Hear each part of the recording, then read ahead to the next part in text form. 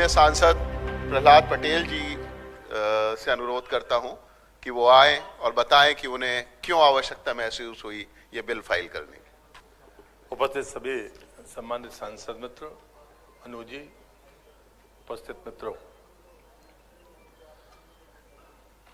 मैं आया था तो चर्चा चल रही थी। मैं पहली बात तो ये कहूंगा कि मैं बालियान जी की बात से 100% उनका समर्थन करता हूं, क्योंकि मैं पहला वाक्य जो कह रहा हूं वो शायद हो सकता है कि किसी को लगे कि मैं किसी के खिलाफ कह रहा हूं। मेरे एक स्वर्गीय मित्र थे, वो पत्र लिख गए थे मुझे, उनके मरने के बाद वो पत्र मिला, उसमें एक लाइन लिखी थी, अनुभव आदमी के ज्ञान को बढ़ाता है लेकिन उसकी बेवकूफियों को कम नहीं करता।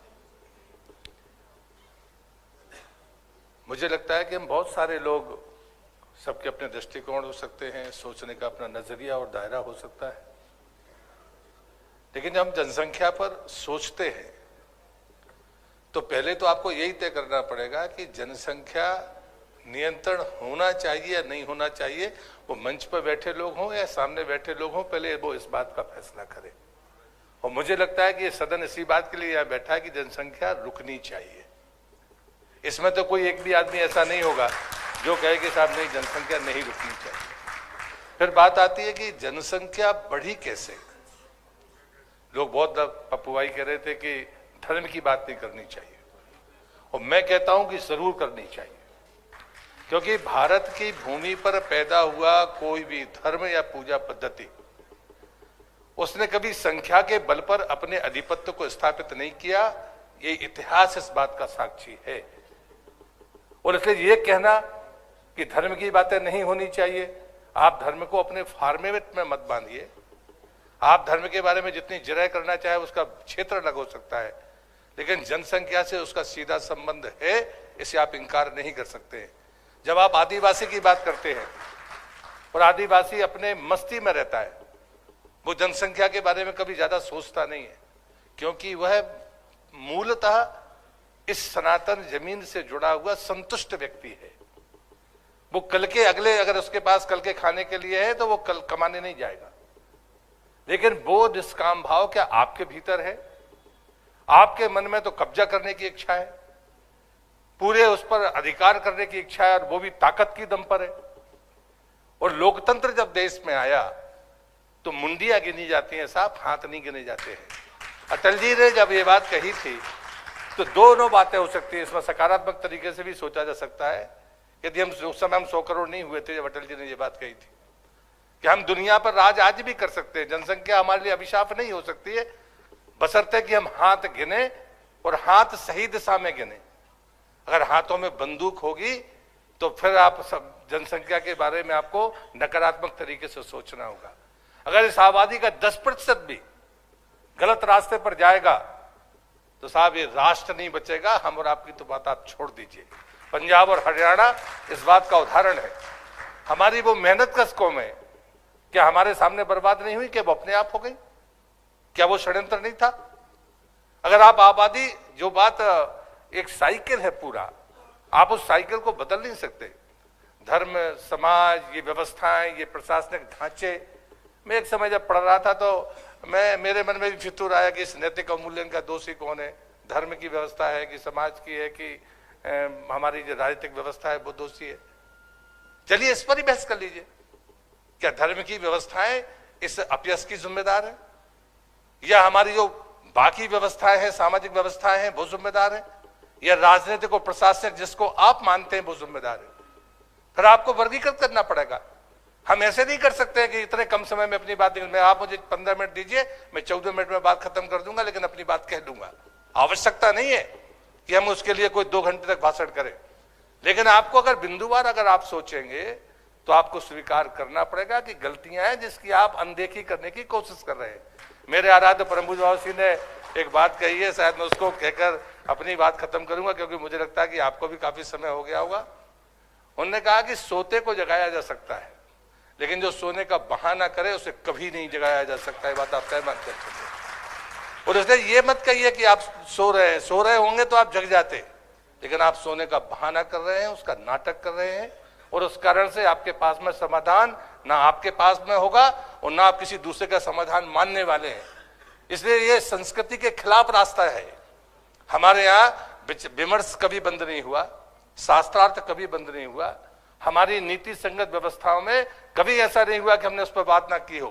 कुंभ की व्यवस्था इन्हीं सामाजिक परिवर्तनों की मान्यताओं को बदलने की परंपरा थी। हमने कभी नहीं कहा कि संस्कृति के आधार नहीं बदल सकते, हमने कभी नहीं माना कि संस्कृति में परिवर्तन नहीं हो सकता, वेशभूषा में परिवर्तन नहीं हो सकता, भोजन में नहीं परिवर्तन हो सकता, जी हमने कभी नहीं माना। हमारे मनीषी, जिनको चाहे आप संत कहें या राजनेता कहें या नेतृत्व करने वाले लोग कहें, हम विमर्श से कभी भागे नहीं, लेकिन तलवार की दम पर या ताकत के आधार पर हमने कब्जा करने की कोशिश कभी अपने पिछले अतीत के इतिहास में नहीं की है। इस सच्चाई को हमें स्वीकार करना पड़ेगा। उसलिए जब हम विमर्श करें तो विमर्श में हम धोंधने का काम ना करें। मैं बुंदेलखंडी आदमी हूं, मध्य प्रदेश का रहने वाला हूं, चौथी जगह से सांसद हूं। हमारे यहाँ कहते हैं कि दौंदा बड़ा की लवार। दौंदा मतलब हमें किसी की माननी नहीं, उसको हमारे यहाँ दौंदा कहते हैं, और लवार का मतलब होता है झूठा। तो अगर दोनों के बीच में फैसला होने लगे कि इनमें बड़ा कौन है, तो उसका अंत क्या होगा आप समझ सकते हैं। और इसलिए मुझे लगता है कि संवाद होना चाहिए। हम इस विषय पर ही केंद्रित अगर हैं तो मेरी मान्यता बड़ी साफ है, जनसंख्या पर अंकुश लगे बगैर आप किसी भी व्यवस्था को काबू में नहीं कर सकते। जब जनसंख्या हमारे हाथ में ही नहीं है, कोई भी यहाँ पर पढ़े लिखे नौजवान मित्र बैठे हैं यहाँ पर, अगर आपको कोई टास्क दिया जाए कि साहब आपको इतने दिन में इस काम को पूरा करना है, जैसे एक उदाहरण बालियान साहब ने दिया कि भाई अब हमारी आबादी 2011 के बैरियर है ना, 2011 का जो हमारा सेंसस था वो तो फेल हो गया। अब आपने 2011 लिया और 2021 आने वाला है, 2022 में आप पूरा देने वाले हो। जब जनसंख्या के बढ़ने के रेशो पर आपका काबू नहीं है तो आप उस आंकड़े को तो झुठलाएंगे, ये बात आप मानकर चलिए। आपकी कोई योजना सफल होने वाली नहीं है, आपका कोई काम समय के भीतर पूरा होने वाला नहीं है, ये बात आप तय मानकर चलिए। इसका मतलब जो आप लक्ष्य तय कर रहे हैं वो आप प्राप्त नहीं कर सकते, ये बात आप मानकर चलिए। और जो समाज, जो देश लक्ष्य को समय के सीमा के भीतर प्राप्त नहीं कर सकता, वो कभी यश का भागीदार नहीं हो सकता, ये बात आप मानकर चलिए। और आने वाली पीढ़ी के लिए कुछ तो छोड़कर जाएंगे। आप क्या ये दावा कर देंगे? मैं 96 में बंजर भूमि की एक उप समिति का सदस्य था, ये उदाहरण शायद सटीक होगा। और उस समय तक जो गति थी बंजर भूमि बनने की, हमारे देश की कृषि भूमि तय है, हमारी भौगोलिक सीमाएं बदली नहीं जब से देश आजाद हुआ है, बल्कि कुछ एकड़ घट गई हैं। और उसके बाद में जनसंख्या कितनी बढ़ गई है ये मुझे बताने की जरूरत नहीं है। उसके आधार पर भी जमीन अब बंजर हो रही है। आपने एक तरफ सिंचाई के साधन बढ़ाए तो बंजर भूमि बनना शुरू हुई। आप अभी भाषण में कह रहे थे कि साहब जंगल कटते जा रहे हैं, कौन काट रहा है? अगर जनसंख्या नहीं बढ़ती तो क्या जंगल कटते, क्या लोग वहां पर आवास बनाते? अगर उन्होंने बनाया तो जो बंजर भूमि का ट्रीटमेंट है उसके लिए जो प्रावधान बजट में था 96 में, अगर 96 में जमीन बंजर भूमि होना बंद हो जाती और जितना पैसा सरकार अपनी बजट में रखती है तब 80 साल लगने थे, जो संभव नहीं है। बंजर भूमि तो हो ही रही है, कछारों में हो रही है, अच्छे पहाड़ों पर हो रही है। ऐसी हालत जनसंख्या की है। पंजाबों में जो अनुमान आपने लगाया, पंजाब पंजाब भी गए थे हम, जहाँ पूरी बिल्डिंगें भीतर चली गई, एक मंजिल मुझे, मैं 96 में गया था वहां। मैं उन देश के तमाम क्षेत्रों में गया था जो बड़े केंद्र थे। तो उन्हीं बंजर भूमि की तुलना मैं जनसंख्या के उन क्षेत्रों को करना चाहता हूं जहां जनसंख्या का घनत्व मनमाने ढंग से और बेईमानी के ढंग से बढ़ रहा है। वो बंजर भूमि का एक दूसरा उदाहरण है, बात आप तय मानकर चलिए। और अगर आपने उसको रोका नहीं तो जो अनुमान आप लगा रहे हैं वो सारे अनुमान विफल होने वाले हैं। आपका एक तरफ तो आप उस समय संस्कृति की दुहाई देते हैं, शांति का दूत है भारत, हम तो दूसरे की तरफ कभी देखते नहीं है, हम किसी के साथ युद्ध नहीं करेंगे, हम अपनी जमीनें छोड़ देंगे लेकिन किसी पर कब्जा नहीं करेंगे। तो कहां से खिलाओगे, कहां से चिकित्सा दोगे, कहां से पढ़ाओगे, कहां पर रखोगे, कहां पर उनको रहने दोगे? तो ये त्याग की बातें उनको शोभा देती हैं जो संयम और मर्यादा का पालन करते हैं।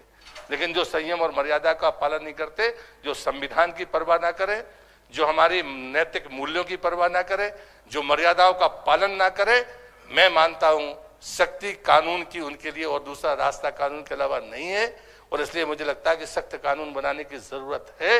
ये मेरा मत है। और जितने जल्दी हो सके अगर शायद ये देरी हमने दशक लगा दिए तो ये शायद देश के लिए दुर्भाग्य होगा। इतना कहते हुए मैं अपनी बात को समाप्त करता हूँ। बहुत बहुत धन्यवाद।